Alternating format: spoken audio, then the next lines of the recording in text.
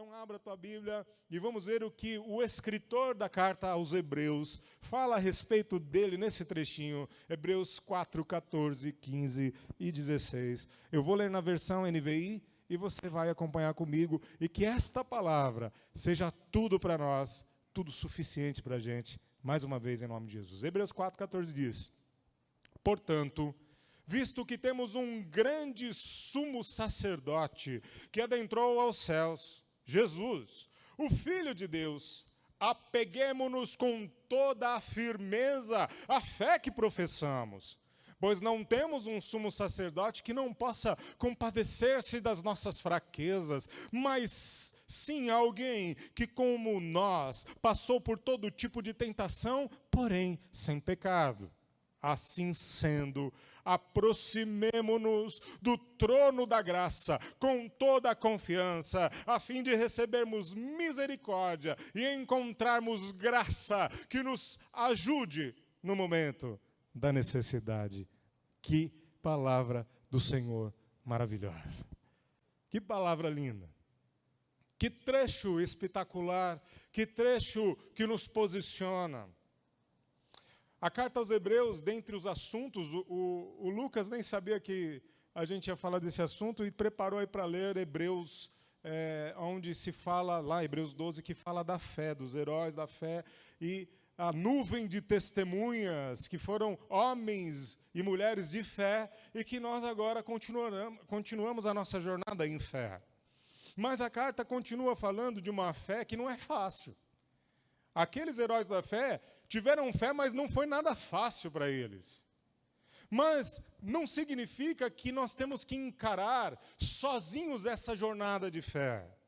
Esse trecho nos mostra que nós não estamos privados de um apoio exterior, e principalmente o apoio de um grande sumo sacerdote que está sentado no trono. Então, nessa nossa caminhada de fé, eu quero fazer um link com a palavra do domingo passado, onde Jesus acordado pelos seus discípulos, fala: "Ó, homens de pequena fé", mas ele não deixa eles na mão. Ele fala: "Vocês não conseguiram atingir fé para isso, mas eu estou aqui, cala-te vento". Esse nosso sumo sacerdote, ele nos ajuda na nossa caminhada de fé, que não é fácil. Ele nos ajuda nos tempos difíceis em que nós estamos vivendo. A palavra de hoje vem complementando a nossa visão do que nós acreditamos. Por que você está aqui nessa manhã? Por que nós acabamos de dizer: eu não tenho nada além de ti, além da promessa, além de quem tu és? E eu vou te dizer, é o suficiente. Aliás, é mais do que o suficiente. A grandeza desse sumo sacerdote que adentrou aos céus, ela é declarada aqui. Primeiro, quero fazer só o que o escritor está fazendo. Ele está escrevendo para pessoas que sabiam muito bem o que é um sumo sacerdote. De repente, você fala: o que era o sumo sacerdote? O sumo sacerdote era um judeu, lá da religião dos judeus, que o sumo sacerdote, uma vez por ano, ele entrava num lugar chamado Santíssimo Lugar, onde tinha a presença do próprio Deus. Uma vez por ano ele entrava para fazer sacrifícios por si e por todo o povo. Então era um dia muito especial e rápido, ele não ficava muito tempo lá. Viu, Camilinha? Ele entrava, ficava um tempo ali, sacrificava e depois ele saía. Tanto que era um lugar tão especial que, se um sumo sacerdote estivesse em pecado e entrava naquele lugar, ele era fulminado pela presença santa de Deus. Então agora o escritor está falando: olha, nós não temos mais, porque quando Jesus Cristo morre na cruz e diz: está consumado, tetelestai, o véu que separava o santo lugar do santíssimo lugar, ele foi rasgado de cima a baixo. Então agora nós não temos mais a figura deste homem consagrado, ungido para entrar nesse lugar uma vez por ano. Agora todos nós temos acesso por meio de Cristo Jesus. Então, o escritor de Hebreus, ele está dizendo assim: nós temos agora o grande. Não é qualquer sumo sacerdote, é o grande sumo sacerdote. Nós temos um grande sumo sacerdote que está lá, num lugar onde o sumo sacerdote homem dos tempos antes da morte de Cristo entrava só um pouquinho. Esse sumo sacerdote nosso, ele está o tempo todo sentado no trono. Sem pecado. Diga comigo, sem sem pecado. O sumo sacerdote era o contato do homem com Deus. Um sacerdote, sem ser o sumo sacerdote, eram os que ficavam na entrada do átrio, ficavam no lugar santo. Todo o povo ia lá, dava o cordeirinho, comprava um cordeirinho, cuidava do cordeirinho, levava para o sacerdote, e ele oferecia esse ato de oferta a Deus quando ele cortava lá a gargantinha do cordeirinho e derramava o sangue puro, representando o sangue de Cristo, que derramaria o verdadeiro sangue puro. Mas agora, hoje, em 2021, dia 28 de novembro de 2021, ainda tem um sumo, e é um grande sumo sacerdote, chamado Jesus Cristo de Nazaré. E sabe onde ele está? Está no trono. Está sentado à destra de Deus, no trono. Ah, mas então o que isso tem a ver com a minha vida, com meus problemas, com meus boletos? O que isso tem a ver com a enfermidade que se instalou na minha casa, na minha família, em mim? O que isso tem a ver? Tem tudo a ver. Essa grandeza, o autor da carta aos Hebreus está dizendo assim, ele é grande, sumo sacerdote. Eu vou mostrar para vocês aqui quais são essas implicações de como ele é grande. Primeira coisa, os nomes atribuídos a Deus, ou a Jesus, nesse caso, é Jesus, o Filho de Deus. Nomes que mostram a sua humanidade, mas também a sua divinidade, ou a sua, como ele é Deus, como ele é homem, como ele é Deus. Aquilo que mostra que ele é tanto compassivo como homem, que entende as coisas que nós passamos como homem, como também é poderoso como Deus que sabe e tem todo o poder. Isso mostra como ele é grande, mostra que nós temos um grande sumo sacerdote. Olha a ênfase, um grande. Não é qualquer um mais. Não é só aquele que nós temos o contato e que ele faz aquela parte dele. Ele é maior do que todos os outros. Ele é melhor do que todos os outros que já tiveram. Esse grande sumo sacerdote, ele é relatado também em Hebreus 13:20 como o grande pastor das ovelhas. Ele é o bom pastor. Nós temos um grande sumo sacerdote que adentrou aos céus, isso tudo qualificação. Os outros só podiam ficar um pouquinho na presença de Deus. Tinham que lutar para estar qualificado e ainda assim, só um pouquinho. Nós temos um grande sumo sacerdote que ele habita no grande trono das decisões. Então, quando nós olhamos para isso, nós temos que começar a entender que os nossos boletos, os nossos problemas, os nossos dilemas, as nossas tribulações, têm que ser lidos, eles devem ser lidos através da lente desta verdade. A gente tem que falar, tudo bem, eu tenho tudo isso, mas espera aí, eu creio no quê mesmo?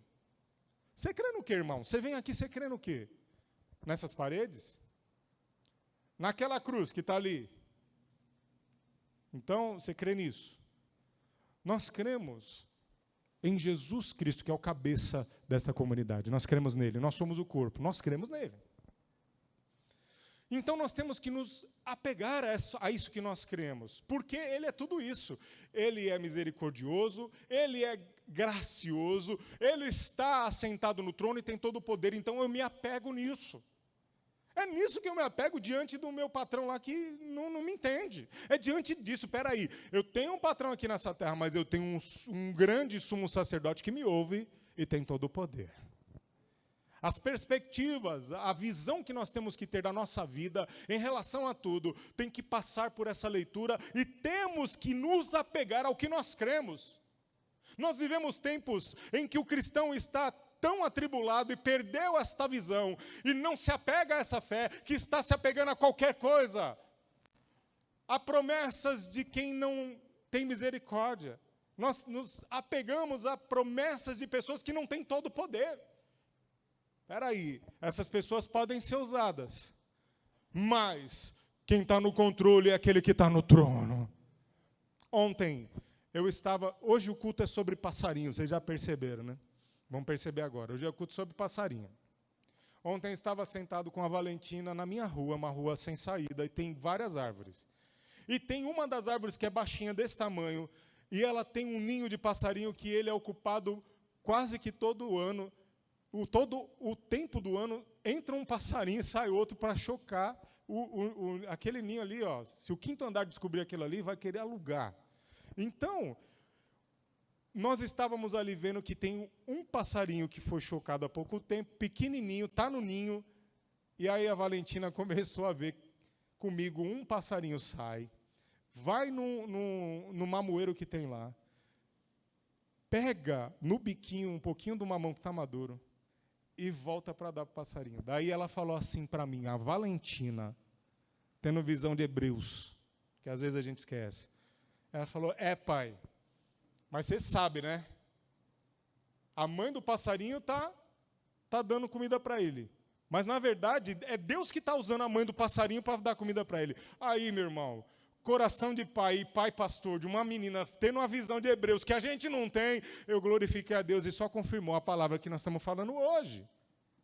Tudo está no controle do o grande sumo sacerdote.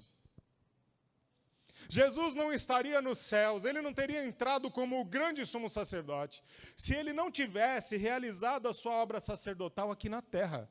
Presta atenção nisso, isso aqui é importante para a gente entender. Por que ele se doou e obedeceu e cumpriu tudo, é que ele entrou no céu. Então, quando nós olhamos isso, ele exercendo o seu ministério, que não foi fácil, teve perseguição. Para exercer esse ministério, ele teve sofrimento, ele teve a sua morte, mas ele também teve a sua ressurreição, e ele ascendeu, ele subiu ao céu. Certos disso, quando cremos nisso, tem que fazer diferença em nós. Nós temos que nos conscientizar ao ponto de nos apegarmos a isso, de não largarmos isso, apegado. Quando fala, ele é muito apegado ao pai. Qual que é o filho do Luiz que é mais apegado? Não vamos criar essa contenda, para não dar briga lá em casa hoje. Mas sempre tem um que está mais no cangote. É apegado, não larga. Onde está lá. É a sombra. Quase que tem o mesmo nome que o cara, entendeu? Então, é isso que acontece. Quando nós nos apegamos a essa nossa fé, a gente não larga por nada. Sabe o que eu tenho visto? A minha leitura como líder e pastor é que nós temos largado ela por quase que todas as coisas que não tem a menor capacidade de fazer o que Deus faz por nós. Quando a gente crê que Cristo realmente é esse grande sumo sacerdote, que ele fez tudo isso, ele está lá no trono, e ele comanda tudo, a gente precisa professar. Diga comigo, professar. Abra a tua Bíblia em Romanos 10, 9. Vai lá, abre a Bíblia lá. Está com a Bíblia aí? Romanos 10, 9. Não perde tempo, abre lá.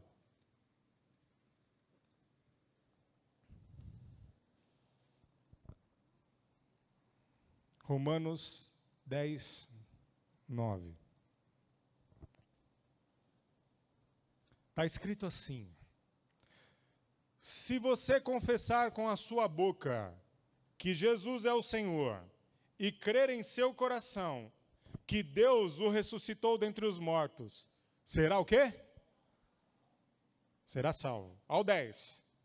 Pois com o coração se crê para a justiça, e com a boca se confessa para a salvação.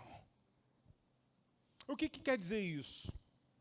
Isso quer dizer que se no nosso coração nós tivermos essa convicção de que eu não estou sozinho nessa caminhada de fé, que é difícil demais, para enfrentar esse monte de problema que se avolumam na minha frente, esse muro que eu não consigo sozinho passar, essa montanha de situações, esse mar revolto, se eu não consigo isso por minhas forças, eu tenho que crer o suficiente no meu coração e confessar com a minha boca diante destas situações, para a justiça e para ter salvação, ser salvo dessas situações e ter a salvação eterna. Mas há algo importante aqui. Nós devemos continuar a professar com fé e com um coração convicto e com uma boca que é nervosa e que não para de falar, para que o nosso próximo também, ao ouvir isso, possa ter a oportunidade de crer também que existe alguém que luta por ele e que está pronto para ajudá-lo. Agora vem cá, hein? Quando é para falar do teu time, você não cala a boca, parece um louco. Posta tudo sobre o seu time. Os palmeirenses estão felizes. Parabéns, palmeirenses. Parabéns, viu, pastor Nelsinho? De vez em quando, vocês têm que ter uma alegria para continuarem vivos. Né? Tá vendo como todo mundo, quando fala do time...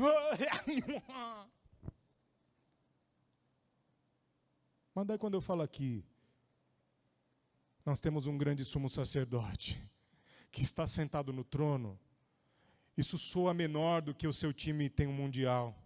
O Palmeiras continua sem mundial. E Cristo continua no trono. Isso tem que mexer com a gente. Isso tem que mexer com a gente. Isso tem que dar alegria. Isso tem que dar esperança. Isso tem que mexer com a gente. Mas não, nós estamos mergulhados porque o que está no coração não é Cristo. O que a boca confessa não é Cristo. É a ideologia política, é a ideologia social, é o pensamento filosófico. Mas o que tem que estar arraigado e que você não pode largar jamais é que Cristo está no trono e Ele é poderoso. E Ele manda uma palavra e Ele muda toda a nossa história. Você tem que mexer com a gente. Não tem problema de você torcer para o seu time, sair enlouquecido, buzinando por aí. Problema é teu. Por que não sai buzinando por aí? Cristo está no trono, Ele é poderoso. Por que você não sai? Isso é menor? É menos alegria ou é comum? Você se acostumou com a glória?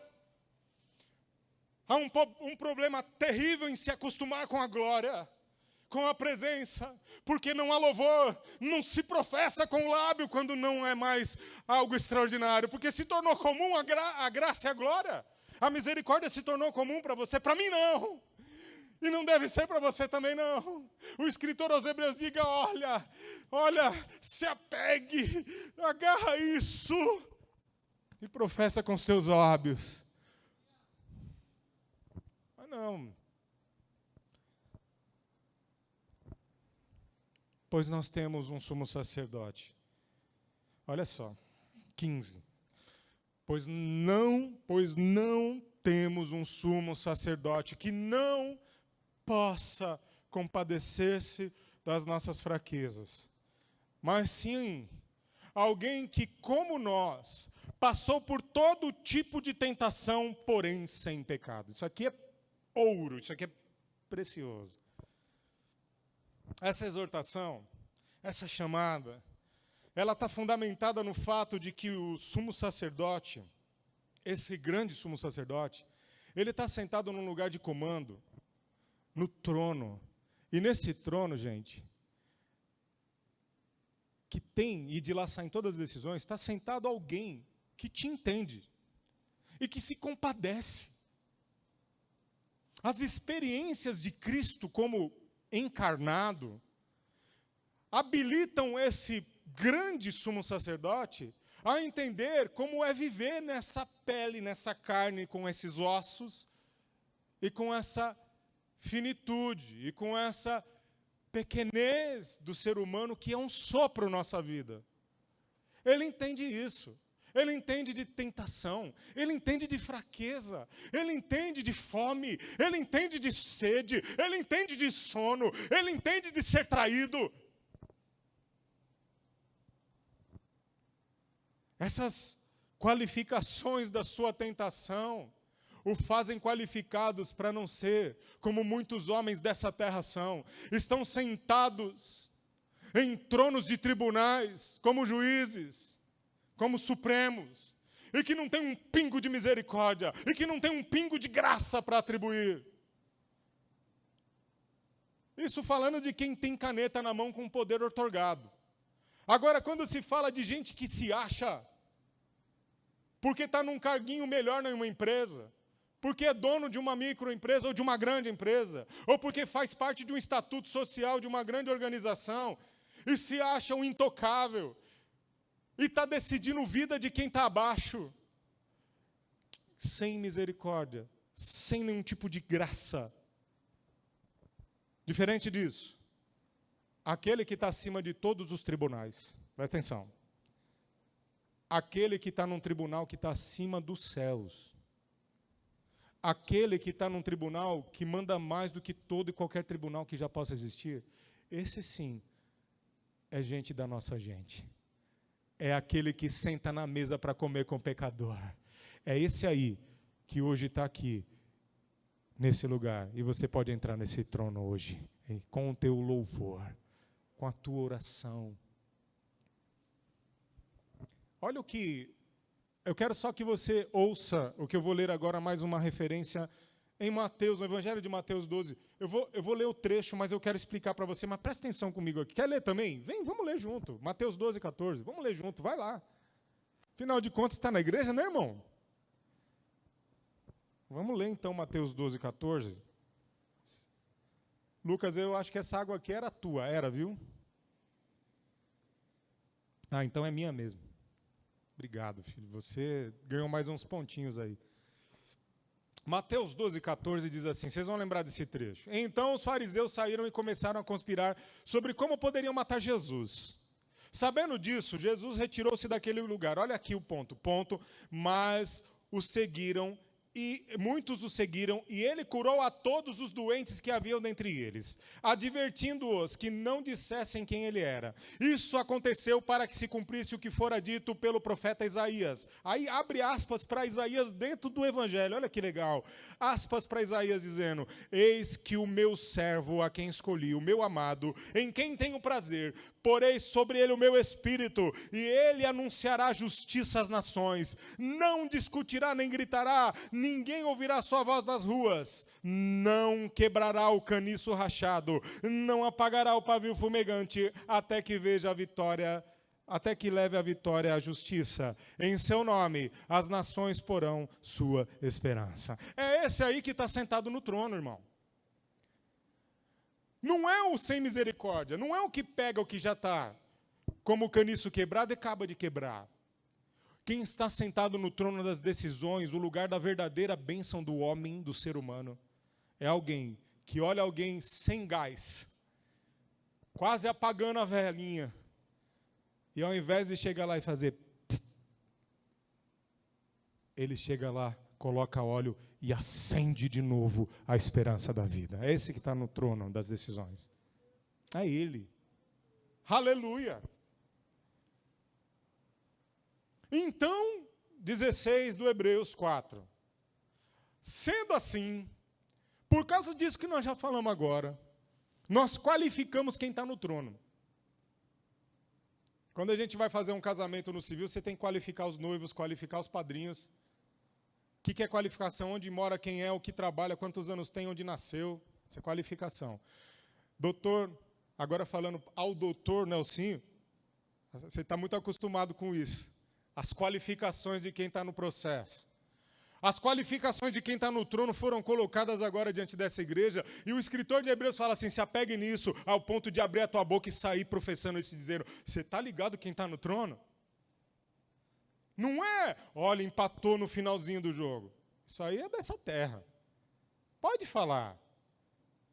Mas não esqueça de falar. Está ligado quem está no trono? Você sabe as qualificações dele. Sendo assim, aproximemo-nos do trono da graça. Portanto, já que é assim, nós podemos e devemos, estamos sendo chamados para nos aproximarmos do trono da graça. E o que é o trono da graça, irmão? O que é o trono da graça? Que trono é esse que ele está sentado? É, na verdade, a referência do reinado do Filho de Deus. Mais uma referência dentro de próprio Hebreus vai falar desse reinado, de quem é de novo, de como que é habitado esse trono, que lugar é esse onde a gente deve chegar hoje, nesta manhã nós podemos chegar. É onde está esse homem aqui. Hebreus 1 diz assim, há muito tempo Deus falou, muitas vezes e de várias maneiras, nossos antepassados por meio dos profetas.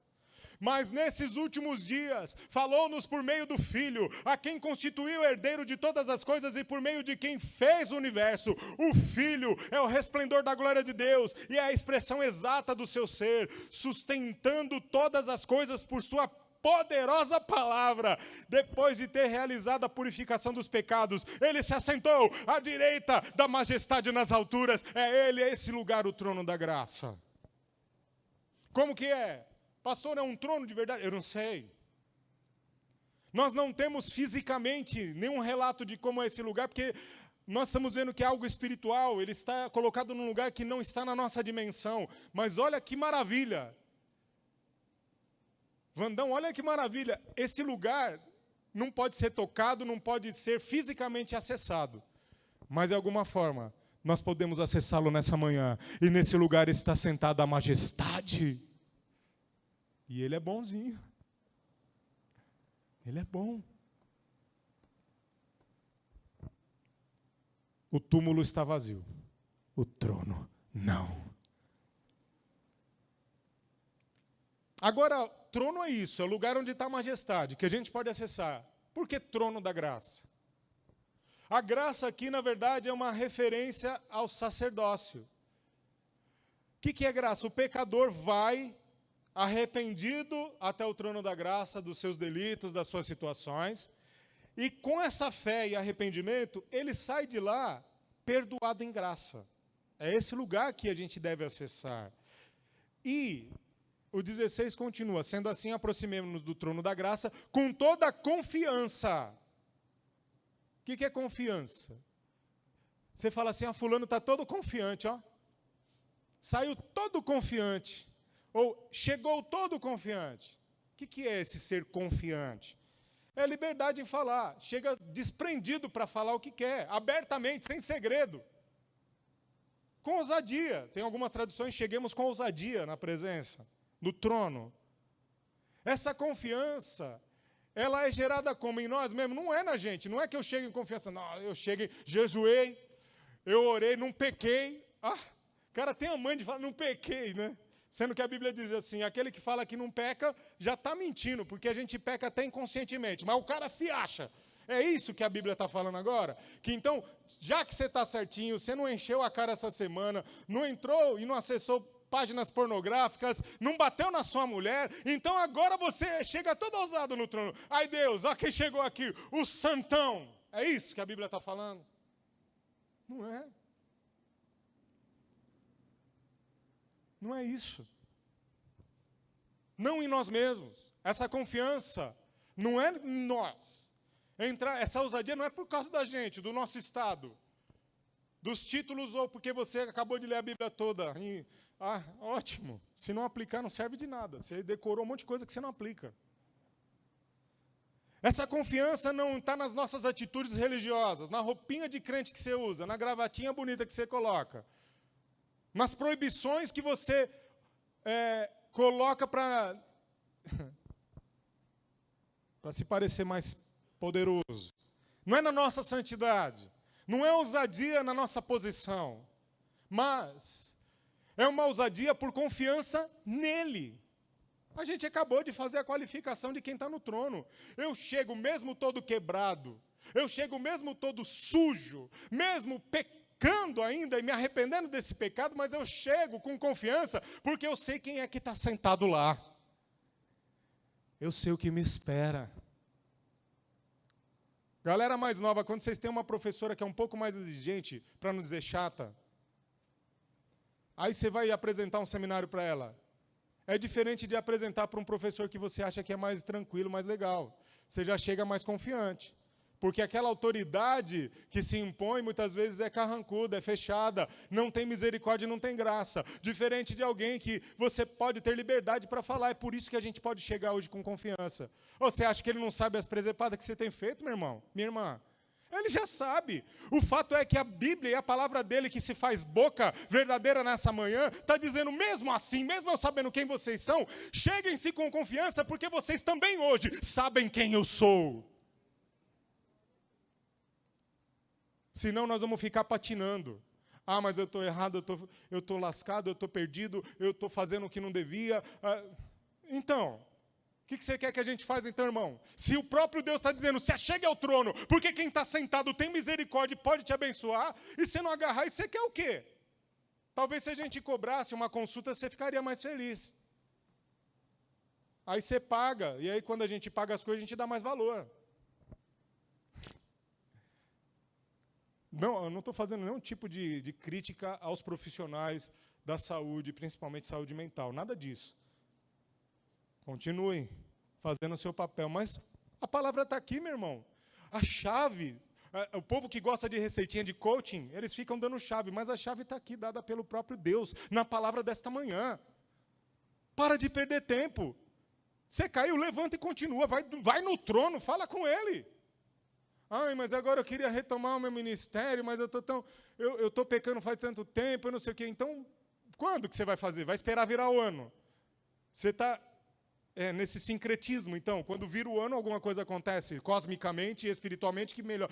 Muda hoje, para hoje, começa hoje. Começa agora.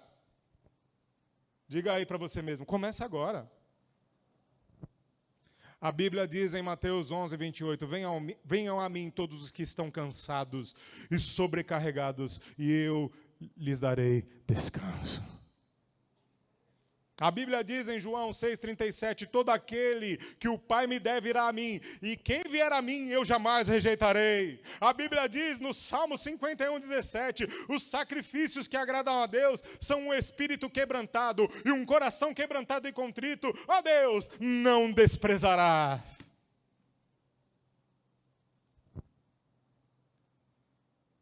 Continuando para a gente terminar, indo para o final da nossa pequena explanação do 16 agora.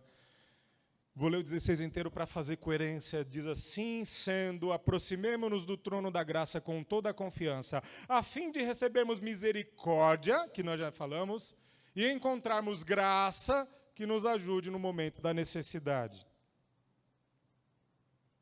E a graça? Nós falamos da misericórdia. A graça é uma gentileza, é um favor que não merecemos, é aquilo que traz alegria, que traz um deleite, que traz um prazer, que muda, que traz beleza.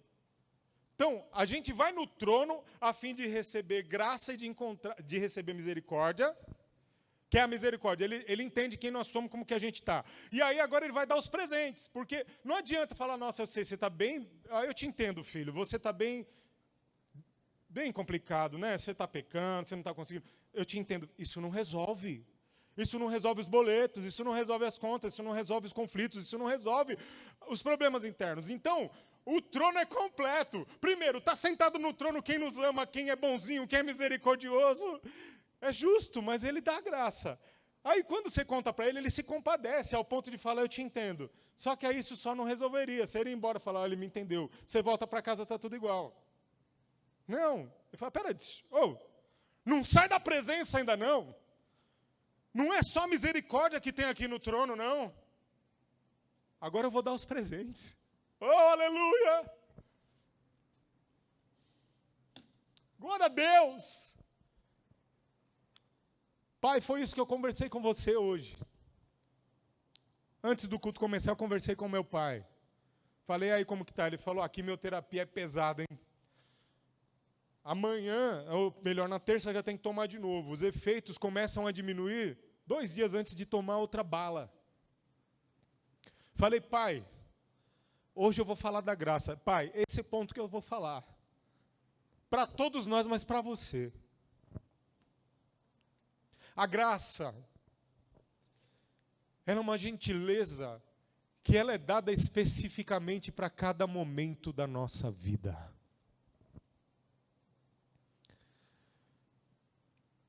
É uma alegria, é um deleite, é um prazer, é um escape.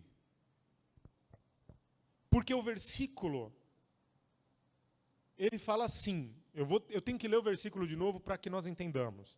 Sendo assim, aproximemo-nos do trono da graça com toda a confiança, a fim de recebermos misericórdia e encontrarmos graça que nos ajude no momento da necessidade ou no momento de necessidade.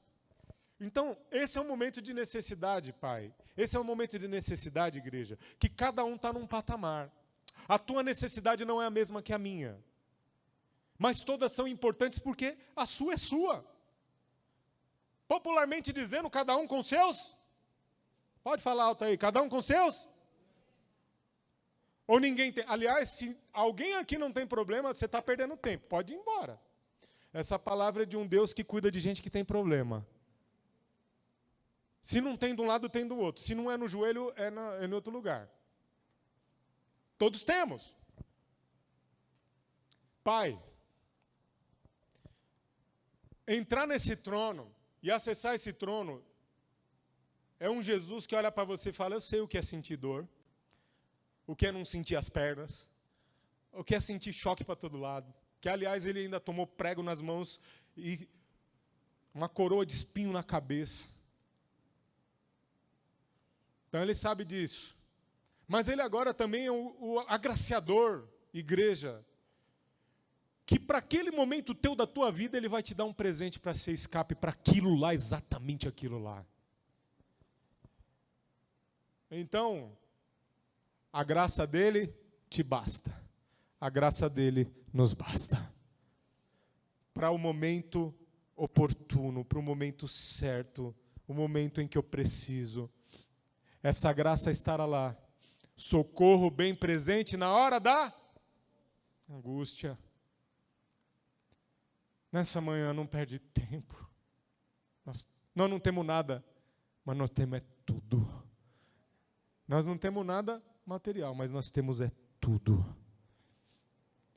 Isso tem que fazer da gente, sabe o quê? A boa teologia tem que colocar a gente de joelho. Porque quanto mais eu entendo desse Deus, desse Jesus, mais eu tenho que falar: Senhor, obrigado. Eu tenho tudo. A boa teologia tem que colocar. A teologia é a expressão da palavra. Quando a gente entende direito, isso tem que pôr a gente de joelho. Não com a bandeira de um time de futebol nas costas.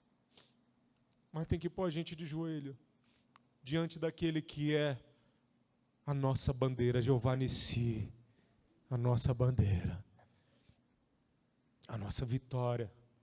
Nessa manhã saia mais crente desse lugar. E se é para falar alguma coisa hoje, fala de Jesus. Que o teu coração esteja cheio de Jesus, que as pessoas queiram ouvir mais de Jesus. E queridos, que esse lugar esteja repleto, que essas cadeiras sejam ocupadas em nome do Senhor Jesus por pessoas agarradas a esse evangelho e que querem louvar e engrandecer esse santo nome.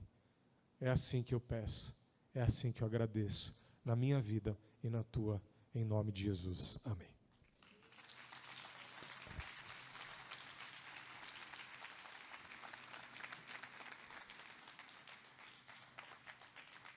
Vamos orar de novo, fecha os teus olhos. Senhor, obrigado por tua palavra. Obrigado, Senhor amado, porque nós temos acesso ao seu trono hoje. Esse acesso, Senhor amado, não é físico. Não tem um endereço. O Google não acha, o Google Maps não acha. O Waze não acha esse lugar, mas a Bíblia mostra o endereço. Esse endereço é espiritual. A entrada é com oração. A entrada são com as práticas espirituais do jejum, do louvor. Senhor amado, da leitura bíblica. Então que nós possamos, como igreja, acessar o endereço do trono da graça. Encontrarmos com o santo, poderoso, Cordeiro, digno de todo louvor e toda adoração. Assim eu peço, Senhor, que nós façamos. Em nome de Jesus. Amém.